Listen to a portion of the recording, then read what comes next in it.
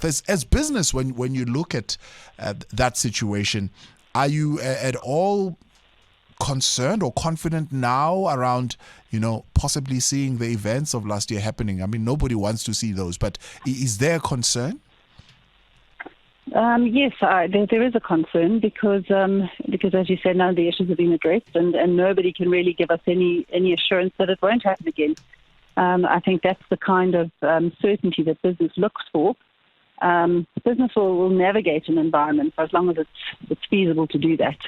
But when the risks become as high as they are currently, that possibility of unrest coupled with the constant load shedding and infrastructure failure at a local level doesn't make for a very conducive environment. And it takes a very brave business to take the decision to invest in this kind of operating environment, unfortunately. How's it looking in the Pietermaritzburg Midlands? I mean, is there a sense of recovery? Are businesses beginning to rebuild? I mean, some of the shopping malls there in particular that were burnt down, I remember some of those pictures coming through. Have they managed to rebuild, restock, get people back in? Some of them have. Look, I mean, some are very, very badly damaged, completely gutted and burnt down. So our macro, for instance, is still under construction. But I believe that we're going to get a bigger and better store in that place. I think they're very confident that they're going to bring something special to our local economy. Others, like the Edendale Mall, haven't rebuilt. And they are planning to, but on a much smaller scale than they did previously. Brookside is up and functioning, which is wonderful. Some of the smaller businesses will never open again, unfortunately.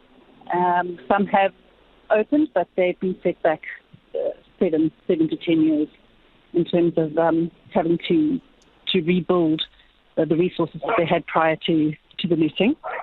And others have looked to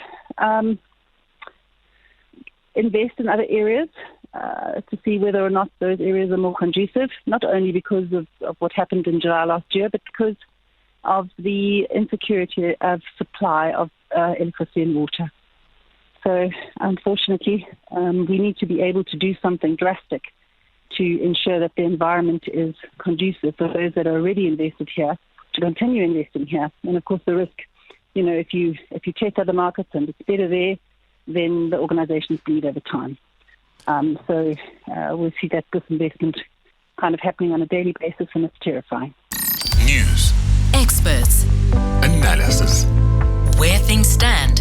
What you need to know. Drive home with John Perlman On 702.